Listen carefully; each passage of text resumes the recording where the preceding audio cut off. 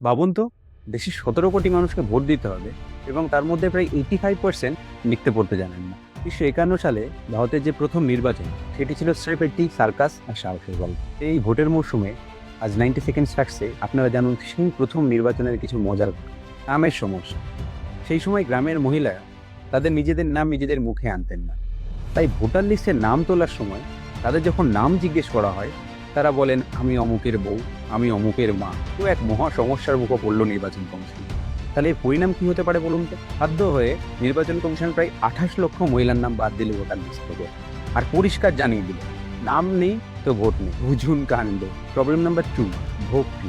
হ্যাঁ, সাধারণ মানুষের কাছে ভোট দেওয়াটা ছিল ঠিক পুজো করার মতো। এই থেকে হয়তো আবার ভোটাররা নাকি জুতো খুলে বুথের ভেতর ভোট দিতে প্রবেশ করেছে, এমনকি নাকি অনেকে ভোট দেওয়ার পরে ফুল মিষ্টি চড়িয়েছিল ব্যালট বক্স।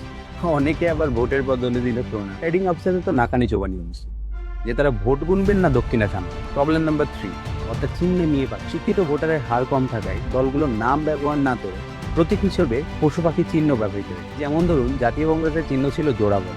আবার শোনা যায় অনেক জায়গায় ভোটাররা নাকি হাতে করে এক আঁটি ঘাস নিয়ে গেছিল ওই ব্যালট বক্সের বলদ জোড়াকে খাওয়ানোর জন্য।